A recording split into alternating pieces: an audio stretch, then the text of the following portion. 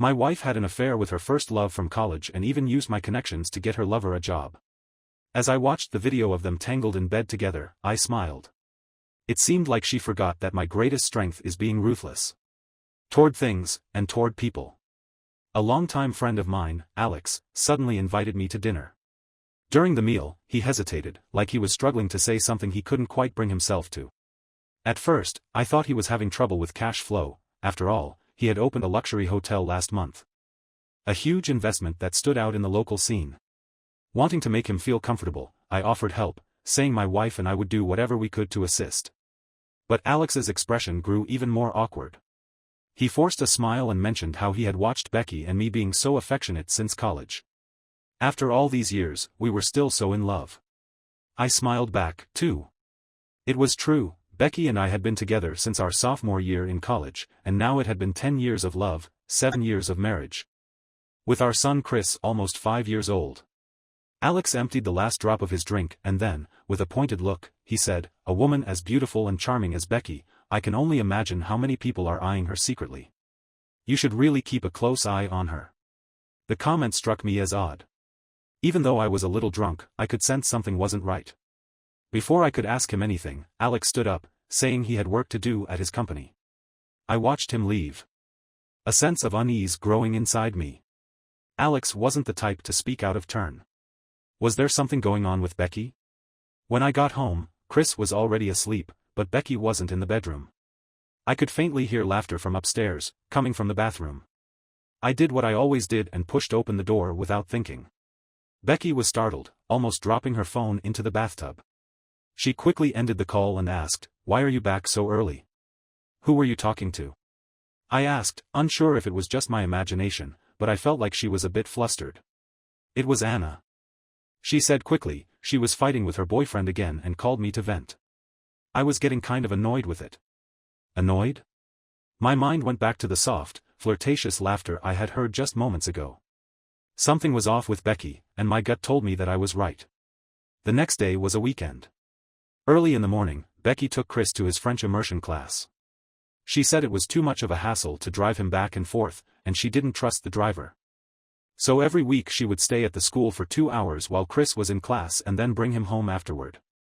I'd never questioned her before, but this time, I wanted to follow her. After dropping Chris off, Becky didn't linger for a moment. She headed straight back to her car, drove at high speed, and finally parked in front of Alex's new hotel, walking inside with her slender waist swaying. My heart raced, and all the blood seemed to rush to my head. The last thread of my sanity stopped me from chasing after her. Maybe it was a misunderstanding. Maybe Becky had some other business to attend to. A beauty treatment? A skincare session? Or maybe she had something she couldn't tell me. I searched for any possible explanation to soothe myself, my hands trembling as I dialed Becky's number. "Becky, where are you?" I tried to keep my voice calm, though it felt strained. Becky's breath was uneven. "I'm with Chris at his class. Didn't you remember today's Saturday?" It felt like something heavy dropped in my chest, the weight of it making it almost impossible to speak. "The teacher's here.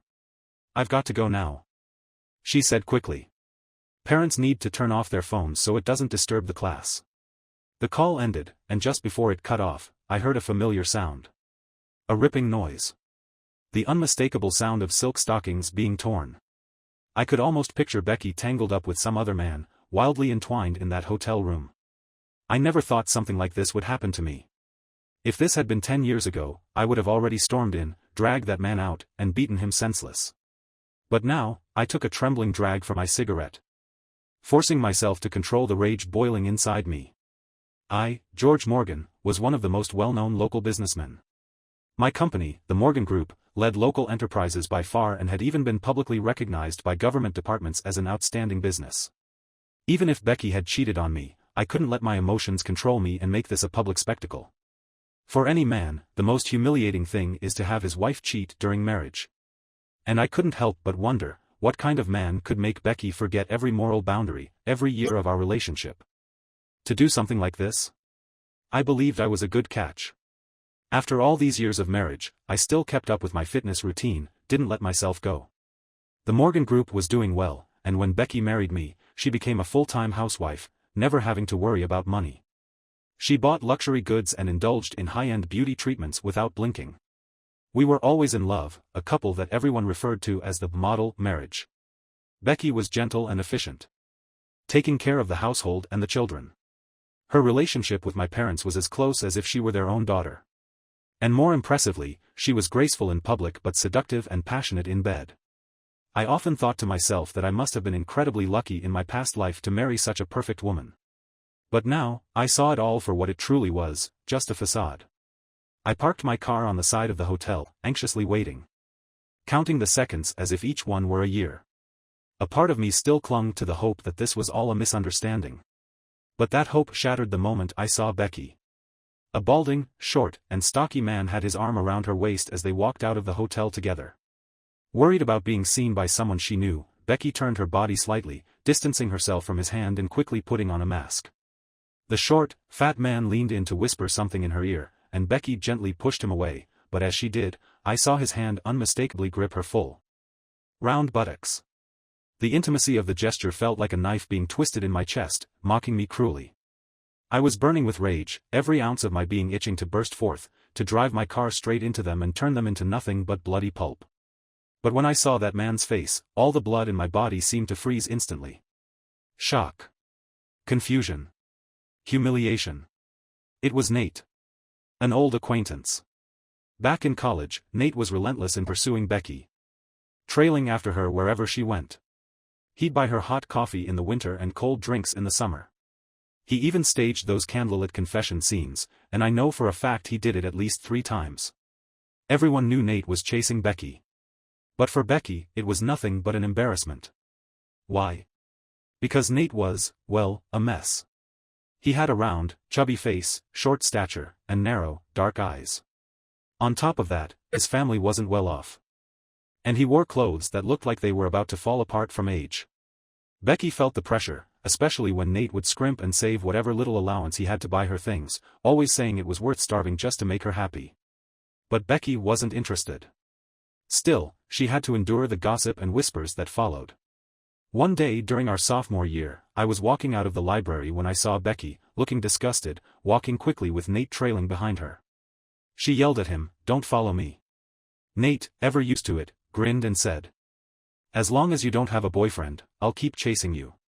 Becky couldn't take it anymore. She looked up, saw me, and walked right over. Without saying a word, she hooked her arm around my neck and pressed her soft lips against my cheek for a moment. I froze. Nate froze too. Becky looked up at me with tearful eyes, holding onto my arm, and told Nate she already had a boyfriend, asking him not to bother her anymore. Nate shot me a look of disdain and tried to grab Becky, saying I was just a player, someone who'd never admit she was my girlfriend. Becky's eyes welled up with tears. And she tugged at my sleeve, silently pleading with me. Something stirred deep inside me, a strange shiver like a stone dropped into a still lake. Without thinking, I cupped her face in my hands and kissed her. Nate walked away, pale, while Becky flushed with embarrassment, stumbling over apologies and gratitude, saying she was just exhausted from dealing with Nate's constant pestering. Becky was pure and beautiful, like a moonlit glow in a coming-of-age movie. She ran off, and I was already lost. From then on, it became the classic chase, the girl running, the guy chasing. Eventually, she really did become my girlfriend. Becky would often say, "Honestly, we have to thank Nate. We'd run into him around campus from time to time. He looked even worse than before." For a man like him to think he could be with Becky, he was just a toad dreaming of eating a swan's meat. He didn't give up though. He kept chasing, still clinging to his hopeless obsession. But I never took him seriously. There was no comparison. Why even bother? But what I didn't expect, 10 years later, was that the very same toad would tear apart Becky's stockings and lead her to cheat on me. After the initial fury, I forced myself to calm down. It was clear that this relationship had come to an end. As much as I loved Becky, I couldn't love her enough to forgive her for cheating. She had spent years enjoying the privileges of being a rich housewife, how could she not have gotten bored of it by now? The house her parents lived in, the car they drove, I had bought them all. The credit card Becky held was unlimited, with no spending cap. I couldn't understand.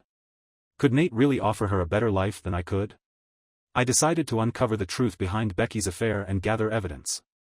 I also contacted a lawyer to prepare for the divorce. That night, Becky dropped Chris off, telling me she had made plans with her friend Anna to watch a movie and would be home late. She didn't get home until almost 11. I acted as if nothing had changed and hugged her waist just like usual. But then, an unfamiliar scent hit my nose. It was the smell of hotel shower gel. I felt a wave of nausea. And my mind involuntarily replayed images of her in bed with Nate. Becky must have sensed my quickened breathing. She thought I wanted sex, so she quickly pulled away from me, pouting and saying she was too tired tonight but would make it up to me tomorrow night. She then went to take a shower, of course, bringing her phone with her. I silently prepared the antioxidant capsules she took every night, then poured her a glass of water. Becky had shallow sleep, so without the help of sleeping pills, I wouldn't have been able to get her phone. By the time she returned, I had already crushed the sleeping pills into powder and replaced the contents of her capsules. Sure enough, that night, Becky slept deeply, unaware that the collar of her nightgown had loosened. In the dim light, the faint red mark on her chest burned my eyes like a flame. I forced myself to stay calm, took her phone, and went to the study. Her password hadn't changed. The social media chat page was clean, and the album was full of pictures of Chris, just like any mom who loved her family and kids. Then I clicked to switch accounts, and to my surprise, I logged into a completely unfamiliar one. The friend list contained only Nate, and the message settings were on Do Not Disturb. I randomly clicked on a video, and there was Becky, sitting on a sofa chair in high heels, the tips of her shoes hooked around Nate's face. Nate looked obsequious and pathetic, holding Becky's foot as he kissed his way up, kneeling on the ground, his tongue busy on every inch of her exposed skin. A soft moan escaped Becky's throat, and then, she sighed in contentment. I just love being treated like this, high and mighty, MMM. After serving George for 10 years. It's my turn to enjoy. Nate, move up a bit, don't let your hands be idle. There were countless videos like that, and the disgusting chat logs pushed me to the brink of rage. Nate was even more bloated than he had been in college, his hairline severely receding, his face oily and full of bumps, utterly repulsive. The only thing that hadn't changed was his worship of Becky, as if kneeling at her feet was the greatest honor. After the fury and shame subsided, I stared at those vile images and words. Finally feeling a strange calm settle over me. It became clear that Becky had approached me from the very beginning with ulterior motives. Her family background was poor, but she was ambitious, and her youth and beauty were her only leverage to climb higher. She would never settle for someone like Nate, no matter how good he was to her. But she wasn't the only one who had aspirations to fly higher. Back then, whenever a girl came on too strong, would always remain polite but distant. The best hunters often appear as prey. I had always thought of Becky as pure and innocent. But the truth was I had been the fool, thinking I was in control and that I had married a virtuous wife. Little did I know, the so-called virtuous wife and mother was merely a role Becky had perfected to get what she wanted. She played that role so well over the years that not only did I trust her implicitly, but even my parents saw her as one of their own. After Chris started kindergarten, Becky once complained that her existence felt meaningless, that she had no sense of security, and insisted on going back to work to secure a backup plan for herself. When my mom heard that, she immediately handed Becky a card. As a shareholder in company, my mom received substantial dividends every year, which she deposited into that card. She told Becky to relax and enjoy being Mrs. Morgan. She didn't need to worry about making money. Now, I'm just relieved that my mom only gave her a card and didn't transfer any shares to her. Otherwise, if a divorce involved property division, it would be a whole different, complicated issue. For years, I had worked hard to ensure Becky's life was as comfortable as possible. But Becky had told Nate that she had grown tired of playing the role of the dutiful wife and gentlewoman. The whole mutual respect and courtesy thing bored her to death. In the Morgan household, she always had to be gentle, graceful, and understanding, offering me the emotional support I needed. But with Nate, she felt like a divine goddess, as if she was born to be served, flattered, and worshipped. Nate was more than happy to fulfill that role. I admit, I could never do what Nate did. I would never kneel in front of Becky and humbly worship her feet, basking in her humiliation. Becky said that was true, bone-deep love. As for me, I was just the fool who thinks he's special because he has some money. It seemed that after all these years of comfort, Becky had developed such absurd desires. After saving all the evidence, I returned her phone to its original position under her pillow. In all my years in the business world, the one thing I was known for was being ruthless. Ruthless in business. Ruthless with people. The next morning, I went straight to the office and contacted a private investigator to look into Nate's activities over the past few years. What shocked me was that Nate's current job had been arranged by Becky. About 3 months ago, Mr. Marcus from Hearst Group had used Alex's relation to arrange a dinner with Becky and me. During the meal, he casually suggested a potential collaboration. Since I didn't know much about Marcus or his company, I didn't commit right away and merely said that there were no new projects at the moment. Marcus, of course, understood, and immediately assured me that the Hearst Group would be happy to accommodate any future inquiries from our company, whether or not we decided to collaborate. If I ever needed anything, he promised he would help. I didn't really have any particular requests, but Becky must have taken note of those words. Not long after, she introduced Nate to Mr. Marcus, claiming that Nate was her cousin, who had returned from out of town and had initially planned to work at Morgan Group. However, she said, there were no management positions available in the company at the moment. Upon hearing this, Marcus was eager to help, assuming that I had intentionally arranged for a relative to inspect Hearst Group, so he readily offered Nate a respectable yet laid-back position with a handsome salary. Becky also mentioned that we didn't want Nate's true relationship with her to be discovered, as it could lead to unwanted rumors. She asked Marcus to keep the matter confidential, even among us, and that it should never be discussed again, even in front of Becky and me. No one suspected that Becky, who appeared so devoted to me, would so openly arrange a job for her lover. Marcus, for his part, simply thought I was too proud to intervene in such a trivial matter. I heard that Nate was diligent at first, but after a couple of days, he couldn't adjust to the company environment, especially after working as a chef for years. Even basic office software was a struggle for him. Yet, he soon realized that despite his incompetence, Marcus remained respectful and polite toward him. So, Nate began to get arrogant, showing up late, leaving early, and acting as though he owned the place. The staff was dissatisfied, and Marcus was becoming increasingly frustrated. He wanted to fire him but hesitated because of the ties with Becky and me, making it difficult for him to take action. When the investigator shared this with me, my anger burned hotter than when I first found out about Becky's affair. This couple of adulterers not only trampled on my dignity but also shamelessly abused my resources and tarnished my reputation. If this continued, it would be an insult to the entire Morgan Group. I had to suppress my fury. I immediately arranged to meet with Marcus. I had no interest in pleasantries. I simply laid out a business proposal. It was a highly profitable project that I had initially planned to give to an old partner.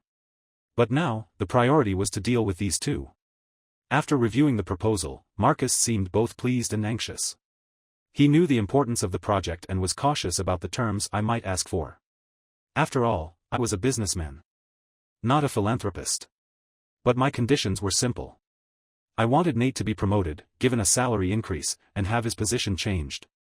Nate's monthly salary was adjusted to an annual salary of $1 million. On top of that, with Mr. Marcus promising him a year-end bonus, Nate was ecstatic.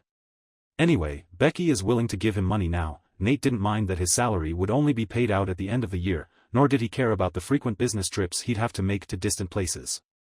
In fact, this suited him perfectly, judging by his family's background. He probably hadn't traveled much in his life. On the day of Nate's promotion, Becky told me that her mother was feeling unwell and she was concerned, so she planned to spend the night at her parents' house. I immediately offered to help arrange a doctor, but she quickly stopped me, saying it was just high blood pressure and a little dizziness, and that a pill would take care of it. I sneered inwardly. It seemed that tonight, Nate would pull out all the stops to serve his lucky goddess. Her mother did indeed have high blood pressure. And her father had a weak heart. I couldn't help but wonder, if they knew what their daughter had been up to, would they be so angry they'd have a heart attack themselves? I was actually looking forward to it. Over the years, I'd gone out of my way to take care of Becky's parents, fulfilling every request. They had cars, houses, and expensive insurance plans, which I had been renewing every year. As their insurance was about to expire, I realized I might save some money this year. Hopefully, their health would hold up, without insurance. They'd have to pay for their own medical expenses. Recently, they had been eyeing an upscale nursing home and had been urging Becky to make arrangements for their admission. They needed to invest $3 million in a financial product from their cooperating bank and pay a monthly management fee of 100,000 yuan to become residents. Becky had told me about it, her eyes reddening as she spoke about how after marriage, she had no time to take care of her parents. The only thing she could do was secure them a comfortable place to spend their later years. At the time, I reassured Becky. telling her I would carefully look into the nursing home and arrange everything once I finished my work. Now, however, there was no need for any further research. I would simply sign them up. After all, by purchasing $3 million worth of financial products, they could enjoy a 3-month trial stay at the nursing home. If they were satisfied, they'd get a discounted rate for the whole year, only $1 million for the entire annual fee. If they weren't happy, they could pay the management fee for the 3 months and leave. They didn't know any of this. While Becky was off enjoying herself, I had everything prepared. After signing the paperwork with excitement, her parents eagerly moved in. To ensure they were well taken care of, I arranged for a full medical checkup on the first day, with all the expensive equipment needed for a thorough examination. I told them that from now on, if they ever felt unwell, they could get checked right there at the nursing home. It might be more expensive, but the convenience and speed of service meant that their health wouldn't be delayed. They could also request any high-end supplements or medications from the caretakers. At the end of the 3-month trial, the nursing home would calculate their costs. Knowing them as I did, I suspected that the bill would far exceed the $300,000 management fee they had been expecting. After all, just like their daughter, they had always seen me as an easy target to soak. Once they settled into the nursing home, I immediately put the house I had bought for them on the market. They were so enthralled by their new life that they wouldn't even think of returning to their old home. I couldn't help but wonder if Nate would be able to provide a roof over his goddess's head in the future. I highly doubted it. Because that would mean I had failed, and I could never allow myself to fail. Nate quickly got an opportunity to go on a business trip to Los Angeles next week. On paper, it was an on-site inspection, but in reality, it was an excuse for him to indulge in company-paid meals and drinks. Mr. Marcus was more than happy about this arrangement. He'd cover the travel expenses just to get Nate out of the company and give everyone a break from his presence. It was worth it. Meanwhile, I had already formulated a detailed plan in my mind, but there was one thing I was still uncertain about: Chris. After all, Becky was Chris's mother. I couldn't ignore his feelings. Becky had betrayed me. But she had never hurt Chris. Figuring out how to handle the relationship between them was the hardest part for me. I didn't want Chris to hate me in the future, and I was torn about whether I should leave some dignity for his mother. But before I could resolve these conflicting thoughts, something happened with Chris. The kindergarten teacher called me, saying that Chris had been waiting at school for 2 hours with no one showing up to pick him up. Becky had told me this morning that she had some personal matters to attend to, and that her friend Anna would come to pick him up in the afternoon. But Becky hadn't left Anna's contact information, and her own phone was turned off. After waiting for 2 hours, the teacher had no choice but to let Chris stay in her arms, as he was starting to feel unwell. When I arrived at the kindergarten, I found Chris slumped in the teacher's arms, his eyes heavy with tears. I didn't have time to contact Becky and rushed Chris to the doctor. "Dad, is Mom with Uncle Nate again?" Chris asked, his voice full of a sadness that was far beyond his years. My heart sank. Before I could say anything, Chris continued, talking to himself. "I don't like Aunt Anna picking me up. She's always late, says she forgot because she was busy. Even when she does take me, she just puts on cartoons for me and doesn't play with me. Mom always talks to Uncle Nate until late and then tells me she took me to the amusement park. She says I have to tell you that, or she'll stop wanting me. But Mom hasn't taken me to the amusement park in a long time." As Chris spoke, he fell asleep in the back seat, his eyes still wet with tears of frustration. I felt my heart break, but I knew what I had to do. If Becky had gotten so reckless that she couldn't even take care of Chris, there was no need for me to protect her anymore. Having a mother like that wasn't something to be proud of. An hour later, Becky came home. Clearly, she had already heard about Anna forgetting to pick up Chris, because she immediately started nervously explaining.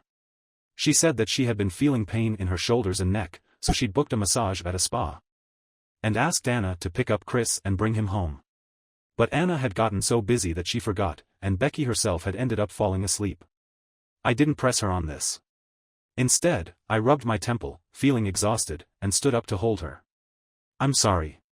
From now on, you might not be able to go to the spa anymore. I might be going bankrupt," I added, my voice low. Becky stood frozen in place, finally realizing what was happening. It turned out someone had reported Morgan Group for tax evasion, and an investigation had been launched, putting a stop to the company's projects and freezing all its accounts. This, of course, included the card my mother had given Becky, as well as the supplementary card I had provided. It took Becky a long time to grasp the gravity of the situation. Her face turned pale as she began to comprehend the peril Morgan was now in. Did you really evade taxes? Becky, who had lived in luxury for years without ever concerning herself with the business side of things, was completely out of touch with the real world. She knew nothing about tax laws or how business worked.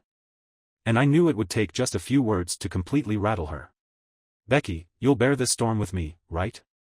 I asked, my voice tight with urgency.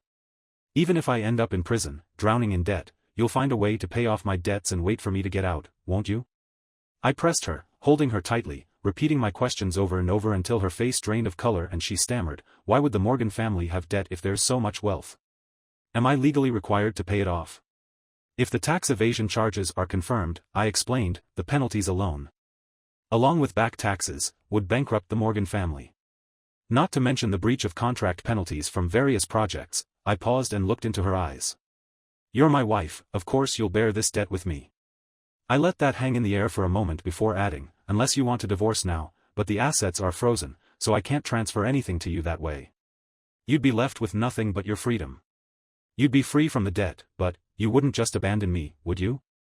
After all these years the coldness in Becky's eyes was impossible to miss now. There was even a hint of disgust and resentment. I pretended not to notice. Before all of this, I had already transferred all the available cash into the company's accounts, which were now frozen. If we were to divorce, the only assets left to divide would be the car and the house. Becky didn't give an immediate response, which I knew meant she wanted to consult Nate and maybe speak with a lawyer. I had already done my research and knew that Nate's only legal contact was Mr. Jake, the legal advisor for Hearst Group.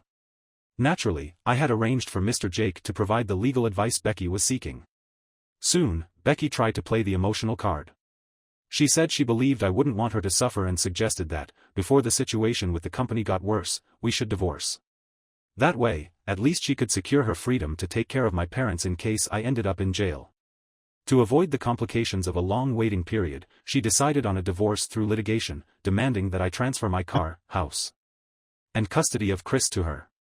Her excuse was that she wanted to ensure Chris's life wouldn't be affected. The irony was, my car and house had already been transferred to my parents years ago, long before our marriage.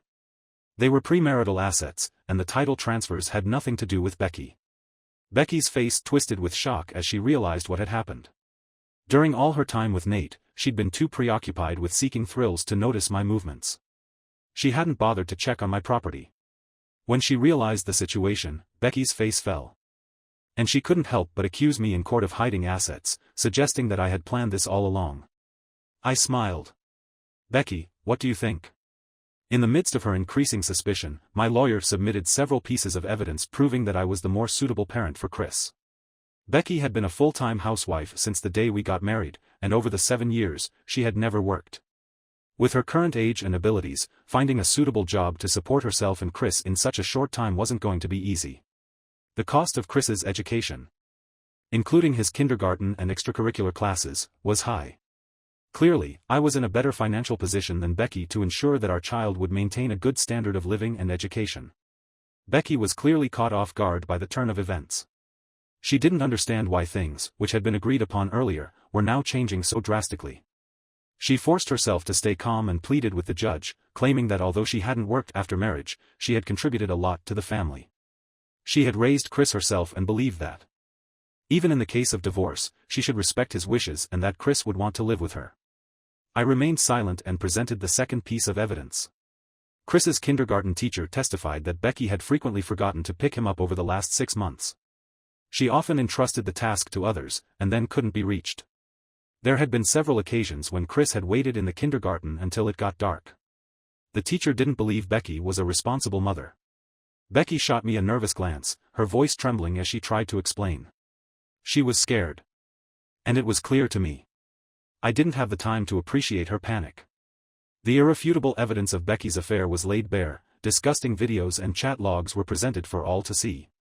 Her face alternated between pale and flushed, and she stood up abruptly, unable to say a word.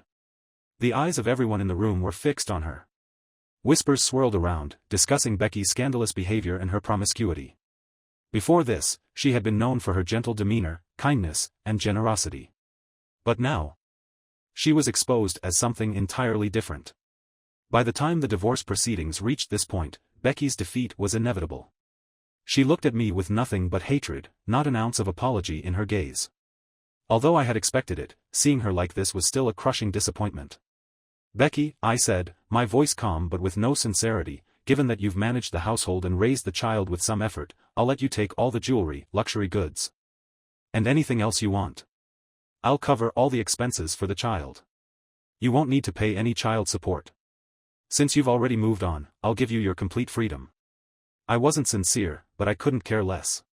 However, by the next day, the news of Becky and me had already spread like wildfire. Everyone was talking about how Becky was a promiscuous woman who had used every means possible to marry into the Morgan family for wealth. Now, with Morgan Group being investigated, she feared being implicated. And she tried to run away with her lover. But I caught her. In the public's eyes, I was showing mercy for the sake of the child, letting her leave without a penny, but at least not dragging her into the mess with the company. 3 days later, the investigation team had completed their full review and released an announcement confirming that Morgan Group was in full compliance with the law and had committed no illegal actions. All company projects were resumed, and the company's reputation improved, with the stock price soaring. By this time, Becky was likely already in Manhattan with Nate. The people Marcus had arranged for were probably getting ready to take them to the casino for a good time. Nate, someone who had long been at the bottom of society, couldn't resist temptation and couldn't hold on to his morals. Now that Becky had only him to rely on, she was deeply infatuated with his supposed true love. After all, he had yet to marry her, despite being with her for so long. It seemed that a comfortable life could dull one's sense, and Becky genuinely believed in this nonsense. She didn't stop to think. He was just using Becky, this wealthy wife, to feed off her, draining her dry while pretending to be a loving partner. I heard that Nate had taken Becky to a casino, where they stayed for 3 days and nights without leaving. At first, they tasted some success and thought they were on a winning streak. But soon, they started losing, and rather than quitting, they were determined to win it all back. I didn't know exactly how much they lost, but I did know that after they left the casino, Becky began contacting second-hand luxury shops, hoping to sell some of her bags and jewelry to make up for the losses. I've always been known in the business world for being ruthless, both with matters and people. So, when Becky was told that her luxury items were all fakes, she completely broke down. And Nate, who had already been displeased by her net worth being wiped out, blamed her impulsive actions for ruining their financial situation. Now, he found himself in an even worse position, unable to get anything from Becky, and worse, now potentially responsible for supporting her. Nate, who had pursued Becky for years, finally reached his breaking point. If it hadn't been for the fact that Becky had helped him secure a respectable job, this pair of so-called true lovers would have probably started attacking each other by now. After returning from Manhattan, Becky moved into Nate's old, run-down 2-bedroom apartment. Meanwhile, Becky's parents were furious when they learned about the divorce. They immediately lashed out at Becky. Of course. It wasn't because they were morally upright or ashamed of their daughter's actions, it was only because they feared losing their comfortable lifestyle. They had always assumed that I had already paid a year's worth of management fees, knowing that they wouldn't have such privileges the next year. So they were living it up in the nursing home, enjoying expensive supplements and high-quality food, running up bills without care. No one had informed them that these services were on a pay-later basis. When the nursing home director learned about my divorce, he contacted me to confirm the payment arrangements. I clearly stated that whoever had signed the contract would be responsible for the fees. If they failed to pay, the matter would be handled legally. However, to support the director's cause, I offered to donate to the nursing home under the name of Morgan Group, building a theater hall and hiring professional opera performers to entertain the elderly and provide classes. It was a considerable expense, and once completed, the nursing home's status and reputation would rise significantly. The director, being a clever man, immediately agreed, eager to avoid any future complications. At the same time, he subtly indicated that he would strictly follow the contract's process regarding Becky's parents, ensuring no leniency. 3 months later, Becky's parents received a huge bill and argued vehemently, refusing to pay. They demanded that the nursing home come to me for the money. When the director called the police, Becky and Nate showed up, carefully going over the contract details. Seeing their own signatures, they were left completely stunned. The director, seeing my face, generously wiped off the amount, offering them the option to pay only $400,000 if they wished to leave without further obligations. By the time Becky returned from Manhattan, she had very little money left. Nate said he wouldn't get paid until the end of the year, and during this time, Becky had been living off her savings. Becky's parents, seeing their daughter's indecision, grew both angry and scared. They accused her of being an ungrateful daughter, wanting to watch them die. In front of everyone, Becky was ashamed and furious, leaving her with no choice but to turn to Nate for help. Nate claimed he had no money. But after all these years, he had never married or had children, and with his parents already gone, how could he have not saved a single penny? Becky, desperate, threatened Nate. She had the power to maintain his dignity now, but she could also destroy his future. Worried that Becky would have Marcus fire him, Nate reluctantly agreed to help. So, Becky, Nate, and her insatiable parents scraped together just enough money to cover the management fees, better than going to jail, at least. But when they returned to the old house, they found that it was already occupied. Sold half a month ago. And the new owner had moved in. Becky's parents barged into the apartment and started throwing a tantrum. When the new tenants, aware that Becky's family were my relatives, saw that they had received a $20,000 discount when I sold the house, they decided not to press charges, urging them to leave. Becky's father had a heart attack on the spot and was rushed to the hospital. That evening, Becky came to me in tears, pleading as she knelt before me, clutching at my sleeve, begging for my forgiveness, saying she knew she was wrong. I calmly pulled her hand away and replied indifferently. "There's nothing to forgive. We have nothing left to do with each other." Becky's sobs grew louder, and she insisted that she had no other choice, that this was her punishment, and she knew it. But she claimed that Nate had forced her into it. She didn't want to betray me, but things had spiraled out of control. She said her father needed heart surgery and her mother had been hospitalized due to high blood pressure. But their insurance had expired, and all the expenses had to be covered by her. Nate, seeing she was no longer of use to him, had cut off all contact. Even taking all her gold jewelry with him when he left. She begged me for money, asking me to help her get through this crisis. Becky looked terribly worn out. In just 3 months, she had aged significantly, no longer resembling the pampered rich wife she once was. This face, once capable of evoking my sympathy, no longer had that effect on me. I said nothing, instead opening my phone and playing a recording. It was Nate's voice. It was that bitch Becky who seduced me. It all started at that class reunion. She deliberately rubbed her foot against my leg. I admit I was attracted to her. But I never intended to bother her. It was her who said that if I made her happy, she'd give me money. Having sex with her and getting money, I couldn't resist at the time. She's just a slut. I've had enough of her. If it weren't for the money. George, no, Mr. Morgan, please. Don't hold it against me, just let me keep a job. I know you hate Becky for cheating on you. Whatever revenge you want on her, I can help. The recording ended there. And Becky's face was filled with shock and resentment. She forgot to cry. She must have never expected that the man she had worshipped for 10 years would speak about her this way. What she didn't know was that Nate had already been fired by Mr. Marcus. Aside from his monthly base salary of $2,800, Nate had gained nothing from the job. In fact, he had lost quite a bit of his own money recently, trying to expand his client base. When Mr. Marcus fired him, he claimed it was at Becky's behest. By now, Nate was probably out searching for Becky. After years of being pressed at the bottom, he finally soared only to crash down just as quickly. He was likely more furious with Becky now than I was. Becky hadn't even left the monitoring range of the Morgan mansion when Nate ambushed her. The surveillance footage showed Nate holding a knife that gleamed coldly in the light, its edge dangerously sharp. Becky's arm was deeply cut, nearly to the bone. Fortunately, my bodyguard arrived just in time, preventing any fatal injuries. The sirens wailed as the police took Nate away, his face twisted in fury. He would face charges for intentional bodily harm. And who knew if he would have the courage to try again when he eventually got out of prison. As for Becky, she clutched her bleeding arm, refusing to leave. "You still love me, don't you?